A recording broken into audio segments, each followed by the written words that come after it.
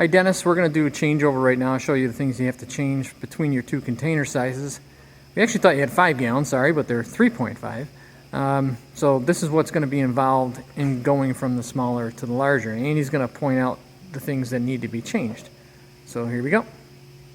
Alright, first you're going to have to set up your guide rails to the correct width. So the easiest thing to do is take your 3.5 gallon down over here and then one down there and just set it about 1/16 of a gap is all you're going to want between there, just so it has a little bit of play as it moves down the conveyor.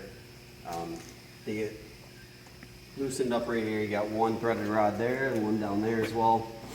And then we have labeled and also has stops to where you'll be switching between the 1 gallon and the 3.5 gallon. Yeah, that's for your photo eye positions there. So the only cylinders you will be moving are this set, this one, and then this one back here. So this one has 2 spots. For the smaller gallons, it goes up over here. Those are labeled as well. Yeah, so they'll actually be labeled for the certain cans that you're filling. You're just going to loosen the bolts up and throw them over to the other position. Now also what you'll be doing is you'll be using this selector switch to switch it over to 5 gallon. All that does is allow this to not extend. So you need this extension there for when you have the smaller 1 gallon ones. Now also, if you ever have to hit the emergency stop over there, you got to come over here and you have to hit the reset. So if you press this, everything goes back to the original position.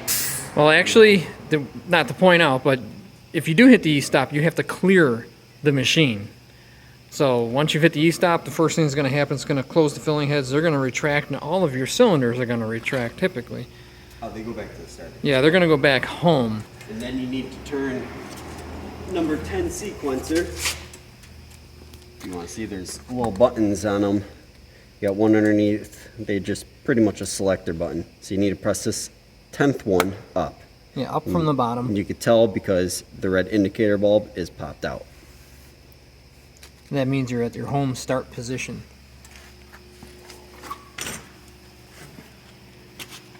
Alright, we should be ready to run these now.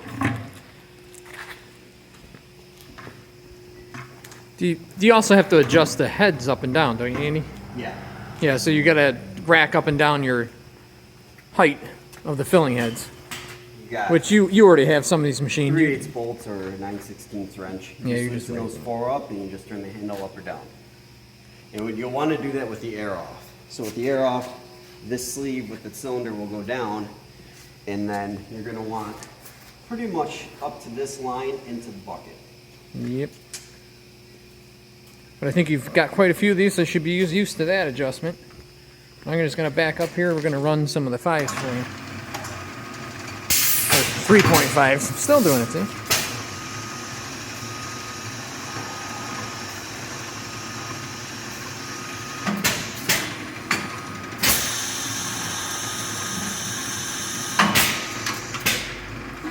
Turn the water on.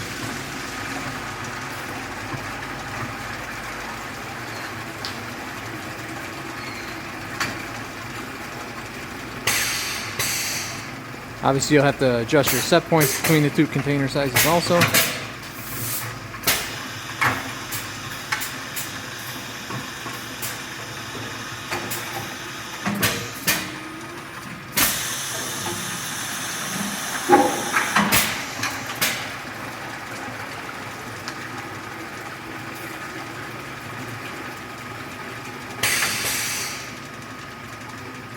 Again, we're just doing the videos here to give you a pretty good overview of what's going on with it. Hopefully make things easier for you.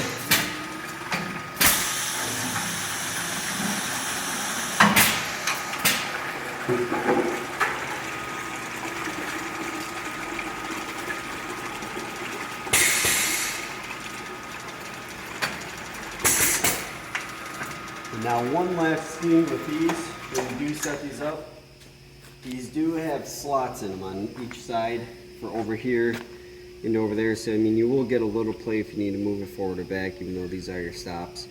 But these can move a little bit if you need to move forward a little bit or backwards.